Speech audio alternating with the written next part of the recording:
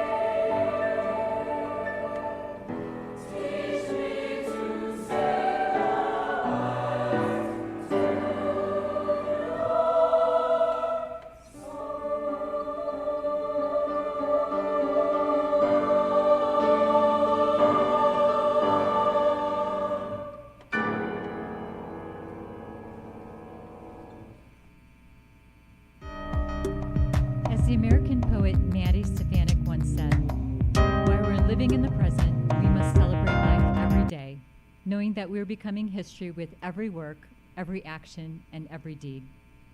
Today, we are making history once again at Hanover College with the work, action, and deeds of so many people. We want to celebrate this moment as it represents another culture shift and bridge between tradition and innovation. The Nancy Vine Memorial Laboratory will serve as a shared space between the undergraduate and graduate faculty and students. Our vision was to create a special place. One was that state-of-the-art, spiritual, modern and clean, and also one that would provide multiple hands-on learning experiences, such as the ability to work with full-body cadavers and prosected body segments, plastinated models such as skeletons, muscles, blood, vein, and nerve supplies, anatomy and clay to visualize muscle origin and insertions, virtual reality, and the latest technologies that the anatomy faculty will explore in the future. On behalf of the DPT program and future students, I would like to thank the campus community for their support in this endeavor. Thank you to Nancy Vine, our donor for the lab, and Micah Worrell, the first Hanover anatomist. Thank you to the Board of Trustees, President Lambert, and the past and present cabinet for support in funding the lab, the architects, contractors, physical plant, and the Science Center faculty and staff for their communication, coordination, and renovation of the space. The music department, various faculty and staff that helped with the design, communication and marketing that helped with the video for today and the invitation, advancement who helped recognize our donor, the support of Lido Funeral Home for years of transportation services, and the DPT directors, who little did they know when I approached them and said, let's plan a virtual ribbon cutting ceremony, that we would be doing this at the same time we needed to meet an accreditation deadline. Lastly, thank you for taking the time out of your busy day to help make this day a memorable event. We are honored to be a part of the campus community and to share this experience with you. Next, President Lambert will say a few words about our mission and our generous donor, Nancy Vine.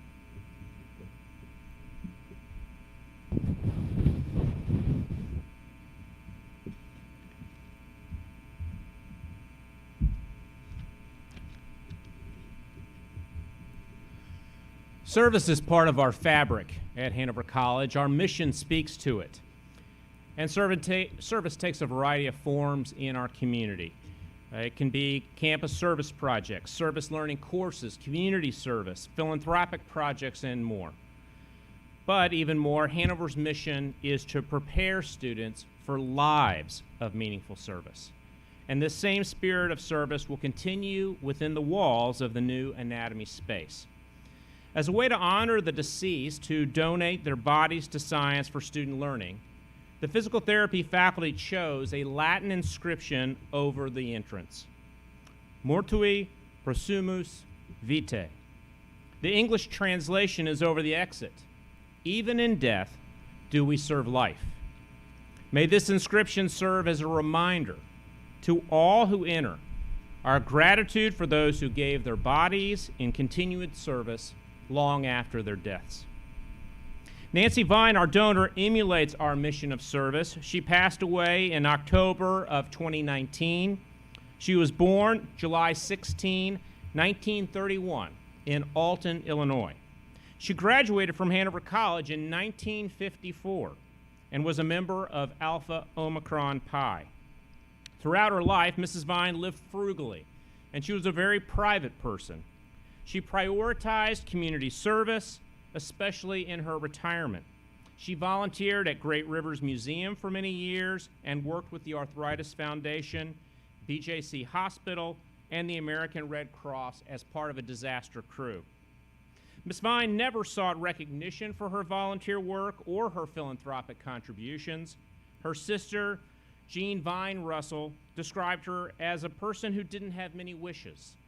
Although she may not have had many needs herself, Ms. Vine clearly desired to give back to the organizations that mattered to her, one of which was her alma mater, Hanover College. Thanks to a generous gift to the college from Ms. Vine's estate, graduate students in the Doctor of Physical Therapy program will be able to participate in fully immersive experiences in a state-of-the-art anatomy lab at Hanover College. Our undergraduate Hanover students in the fields of kinesiology and integrated physiology, pre-medicine, pre-nursing, biology, or any of the health sciences will have continued opportunities to experience and research rarely available to undergraduates at most colleges and universities. To honor and recognize Ms. Vine's legacy of service to her community and philanthropic support of Hanover College, the Cadaver Lab will be known from this point on as the Nancy Vine 1954 Memorial Laboratory. We hope that the naming will be a reminder that the learning, study, and discovery that happens in this space is possible because of those who have gone before us and left a legacy greater than themselves. Our mission commits all Hanoverians to meaningful service, and today we honor Nancy Vine's continuing service because even in death, she continues to serve life. I now invite Brian Stanford forward, who chairs our Kinesiology and Integrated Physiology Department.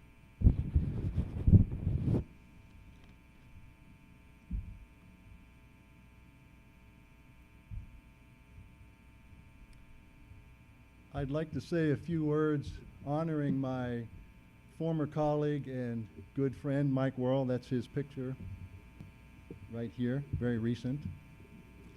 16 years ago, Mike and I were invited to come to Hanover and start a program. There were a lot of missing pieces. It was purely a concept at the time. And we were able to put some things together. And in talking with Mike, I said, I wonder, even though we have very limited resources, very little money, very few pieces of equipment, if there's an opportunity here to do something special. And Mike said, well, I've got experience, considerable experience, dissecting human cadavers. And I've also taught at various levels, dissecting human cadavers. Do you think we could do anything like that here at Hanover?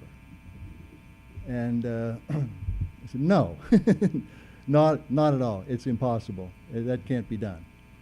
Mike said, well, maybe we take a shot at it. I said, well, we're newcomers to this building, this fabulous facility here. All the spaces had been taken, and so where are we going to put this cadaver lab? Let's start looking around. So Mike went down in the far catacombs, crawled around, and found a space. Again, I was very negative. I said, Mike, you can't even breathe in here. There's very little ventilation, there's little airflow, and you can't control the temperature very well. He said, that'll be perfect for a cadaver lab. They don't care. I said, well, you got a point there. So, we found a space, decided to use that space. The next question was, all right, where does one go for cadavers, shopping for cadavers?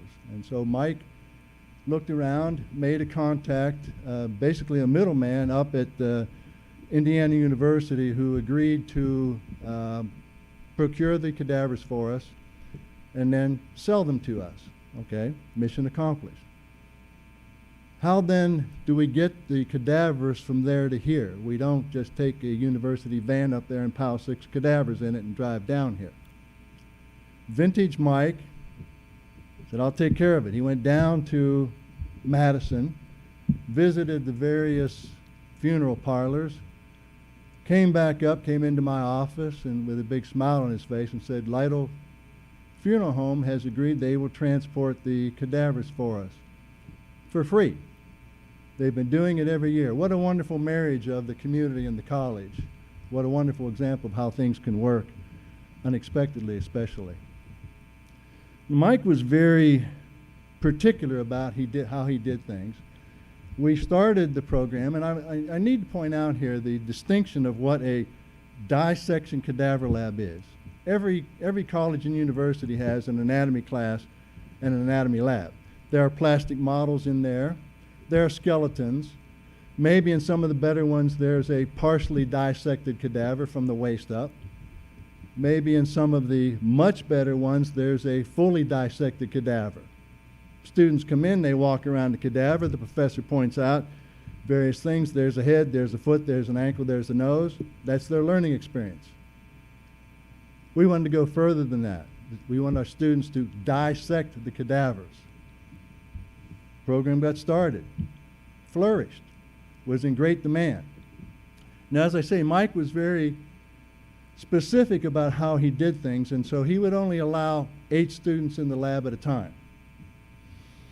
And why is that? Well, safety factor. You've got students in there with a razor-sharp scalpel working on a cadaver. You have a room with poor ventilation, poor temperature control. It would not be unusual for students to begin to feel nauseated and perhaps even faint. Why might somebody faint? Well, you walk in there, you got the smell of formaldehyde, which is pretty strong. And then perhaps you come in one day and say, all right, students, we are going to dissect the brain today. How do you dissect the brain? You cut off the skull cap and gain access to the brain. Right, Dean? So now what you're doing is you're adding the smell of burnt bone to the overwhelming smell of the formaldehyde. When I was a young graduate student working as a lab tech on weekends, I was invited, the pathologist invited me because he knew I was studying, to stand in and maybe even eventually assist on autopsies. Sure enough, my first autopsy was the brain. I walked in, the formaldehyde smell was pretty rough, but I can handle this. Then they started cutting through, and the smell of that burnt bone, and I was standing there saying to myself over and over again, I'm not going to faint. I'm not going to faint. Next thing I know, I'm laying on the floor, and the pathologist delighted in teasing me for the rest of my life on that affair. Still does when I see him. He's still alive. But the program was successful. And Mike, with 8 students per lab, what do you do when you have 30 to 40 students sign up for your class? Well, in the sciences, we teach Monday, Wednesday, and Friday lectures and a 3-hour lab. Mike voluntarily, if we had 30 to 40 students, would have 4 3-hour labs, or even at times 5 3-hour labs. So I went to Mike one day and I said, Mike, what you need to do is help me out here. I need some squeaky wheel stuff to go to the administration, because if we're doing everything, we're never going to get any help, and we badly need a lab coordinator to help us out doing all the things that we're doing. How about this? How about we cut these students in half? We enroll only 16 students. That gives you 2 sections of 8. You're still double duty. But now we're down to 16 students, and all the students who came here, and one of the reasons was maybe they wanted this class and this lab, they're over pounding on the administrator's door saying, we demand to get in this class. We want to get in. And so we say, no, we can't do that because we can't handle it with what we have right now. We need help. Mike said to me, no, we're not going to do that. I will never deny access to any student who wants to take this class in this lab. He kept rolling along, teaching 4 or 5 of his lab sections, plus other classes, I might add, and all the other things he was doing. Never complained. So the program has flourished. The point is, none of this would be possible without the work of Mike Worrell. He put it on the map. He did so many things for Hanover College, including getting our simulator, our patient simulator. Single-handedly went out, got the grant for that. Mike, a go-getter. I wish the story had a happy ending. But several years ago, Mike suffered a powerful, devastating stroke. And I might be quick to add that Hanover College was incredibly supportive. And I know there are limits to what an entity can do legally as far as insurance and all that goes. But Hanover College was fantastic with their support for Mike and held on and did more and more and more because we so desperately wanted Mike to come back and wanted him to feel loved and appreciated. But unfortunately, it became fairly obvious that in the short term, especially, that Mike's coming back was not going to happen, and it was even doubtful if it was possible beyond that. So Mike is went on medical disability and has been rehabbing and making some progress ever since then. So I pray for Mike, and I would like you to pray for him, his recovery. We greatly appreciate everything Mike did, and I think it's just wonderful that we are recognizing Mike in this way. Now I'd like to turn the podium over to my colleague, the Reverend, and chaplain, the Reverend Dr. Catherine Knott.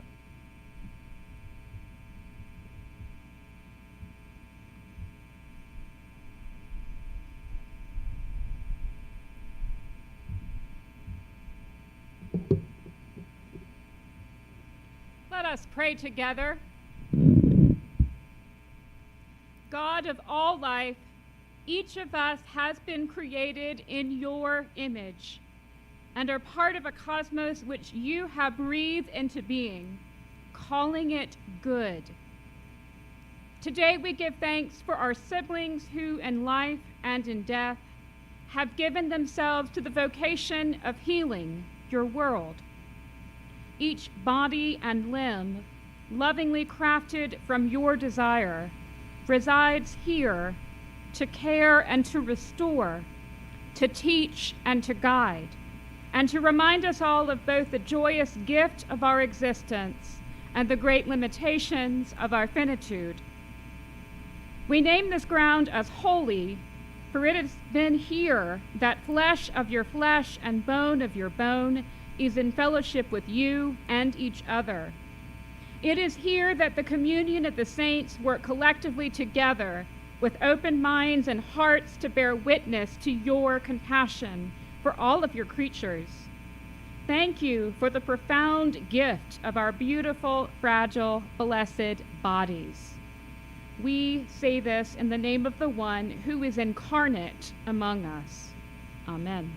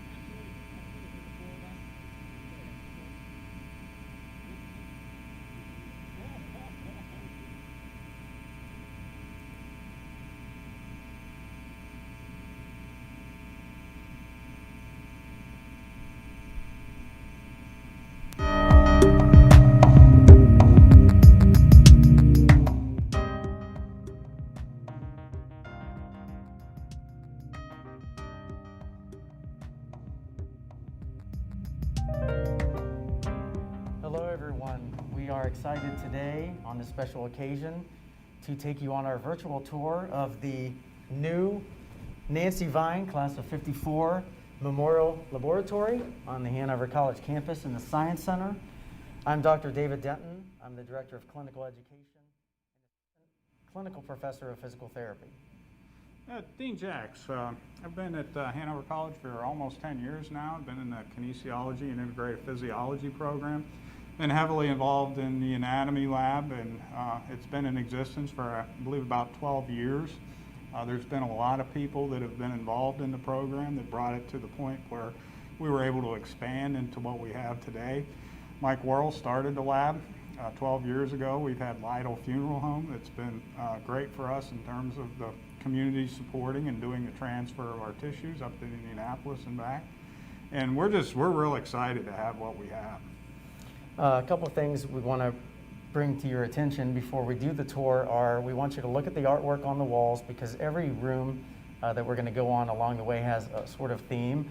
Out here, as you go into the new dissection lab, is themed to match the existing science center. So the existing science center and these artwork pictures are chosen to be more of a historical vintage view of anatomy. We're going to then take you into the full body dissection lab, which was basically transformed from the existing anatomy lab space. So expanded the hallway, took some offices out. Now it's equipped with state-of-the-art technology, large screen televisions, interactive cameras. It's just going to facilitate such a multimodal teaching and learning effort to get the best outcomes and memorization and knowledge of this material to carry these students through the rest of the way. So between the classroom, which we won't show you, it's a traditional classroom that has the models and all the atlases and apps on iPads that the students will review. We have the pro section room, which is new, that we will show you on the tour. And then we're going to go in, and not delay this any further, we're going to take you in right into the anatomy lab. Okay, well, thanks, Dave. The room that we're going to look at is the original location for our dissection that we've been using for our undergraduate students for 12 years, and it's been expanded. We're going from a facility that we used to hold a maximum of 18 students that will become much larger now. What are the total numbers we're looking at? So one of the theories between the three rooms, the pro section room, the full body dissection lab, and the classroom, is to divide up the cohort of students into thirds. So by dividing them and rotating between the methods of instruction, it's going to give a better student to instructor ratio. So we're going to have about 30 to 35 people in each room comfortably. Yeah, and I think the strength of the foundation of the lab is the tissue dissection of human cadavers. And I've worked in anatomy education for a while now, and there's different approaches, but I think, for the basics of it, the human dissection, there's really no other experience like it. And what we're going to do is we're going to take that as a foundation, and we're expanding out with the technology and the other resources that Dr. Denton mentioned. And lastly, before we enter in, I just want to say this is all made possible by the Nancy Vine family, all of our generous donors and support and gifts that we've gotten, as well as continue to get, that'll keep this program going and flourishing for many years. We looked at opportunities in southern Indiana and northern Kentucky to have this and see what other sites were available. And that's what really led to us keeping it in-house and doing this, is because there were very few places, if any, close enough to make it work. So we really ended up making something that we're very proud of, very blessed and lucky to have. And lastly, if you could tag one word onto this whole space, is state of the art. We better go in. Let's bring them in and let them see this lab. That's right.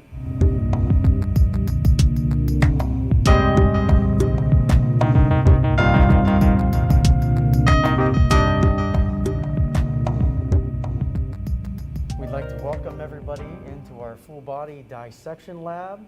This room was completely transformed from the previous space, from knocking down and expanding into the hallway behind us.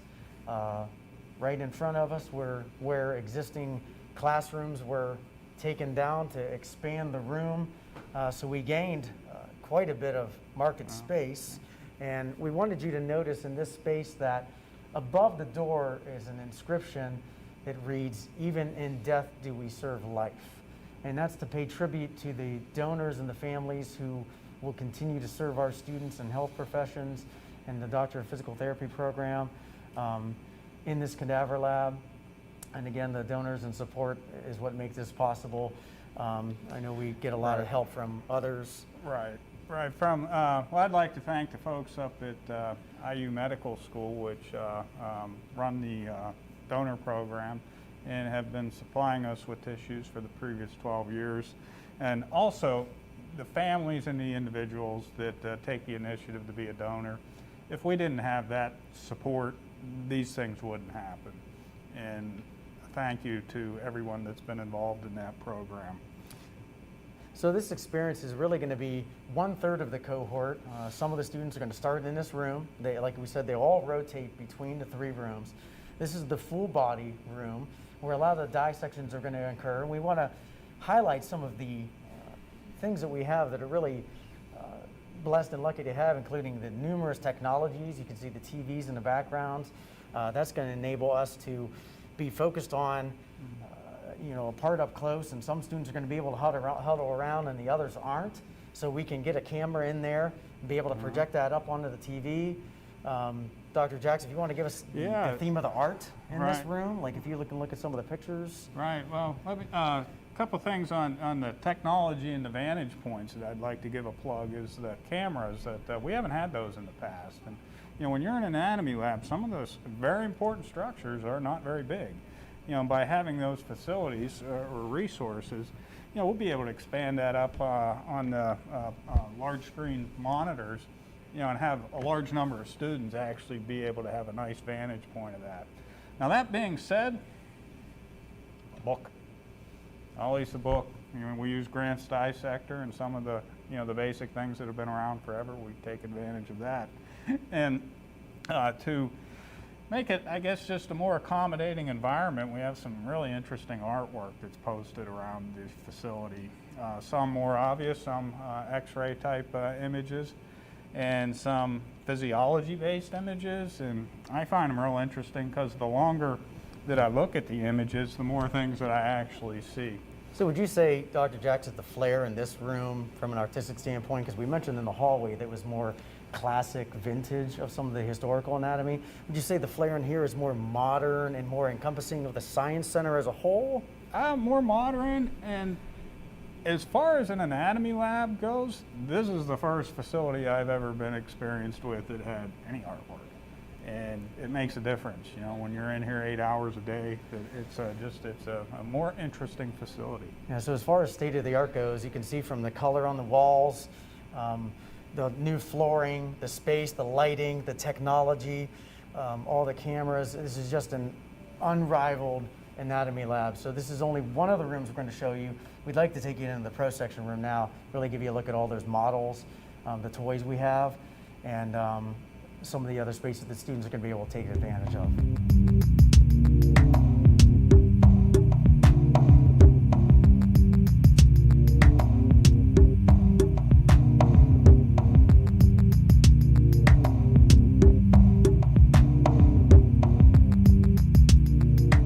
Okay, welcome to the pro section lab. This is the room that, we have 8 tables, but this is the room where we'll be doing what I call more specific dissections, that we can take specific tissues and organs and do more detailed dissections. Have some of the same technologies in this room, a camera with the monitors on the wall to expand it, which becomes even more significant in this setting, when you're looking at smaller structures. I believe this has the mobile camera, so this camera is a little bit more mobile as far as a tablet, so we can share it and pass it around, and the TVs in a more intimate room can be more visible for this room. Right, right. And ultimately, the models, these will be located in a classroom. The models are critical. The models, well, if you look around the room, not everybody looks the same. Not all anatomy is consistent. By having models, it gives you a basic standard structure of what things should look like, and not everybody looks the same. So these are good from that perspective. They're also good is we have some more simplistic models where structures and tissues are removed. So you can start with the basic network or foundation, whether you're looking at the musculoskeletal system or the nervous system, and you could get the main pieces, and then you can add on other structures by looking at a more advanced, sophisticated model, ultimately putting that together with prosection and what we do over in the whole body dissection lab. Now, I'd just like to stress the overall importance of this room specifically, because to be able to integrate and utilize this space, which this anatomy wing has gained, is crucial. The classroom is located just off of this room so that there's a seamless transfer of students in the rotating groups from the classroom to the pro section lab to the full body dissection classroom. That's going to serve many learning styles and allow more success by having students that are more prone to learn effectively from models do well, have that ample time to study many different methods before they do the dissection. They can take as much time as they need to come in outside of lab times and prepare on these items, study outside of class time so that they're not thrown in right into the dissection. And this classroom being a more detailed, in-depth look can be and breed more success in the courses which we're going to instruct in a difficult subject matter. Right, yeah, and to give that another plug, students learn differently. In some cases, you go with the whole body dissection and then you back it off to more simplistic structures, and that works for them. Other people go the other way. Some people learn better off models, some people learn better off imaging, and we have all those things. And this room, as Dr. Jack said, those options and blessings that we have, and having this is just to serve, basically. And that's really the key of this whole anatomy experience, is to serve the college, the community, the students. And you'll see from all the matching rooms and the colors and the flooring that's all been renovated. This room has, again, a different style artwork, more MRIs, more imaging. This is probably the more modern of the rooms. And even the modernness of these models, which we'll take looks at, go from full extremities to pull off parts, and you can peel back structures and really get in detail and really have a look at the structure on a very state-of-the-art model. So not only is the space state-of-the-art, but the actual tools that are in here from the technology and model standpoint is really going to make this something special, not only for the state, but regionally.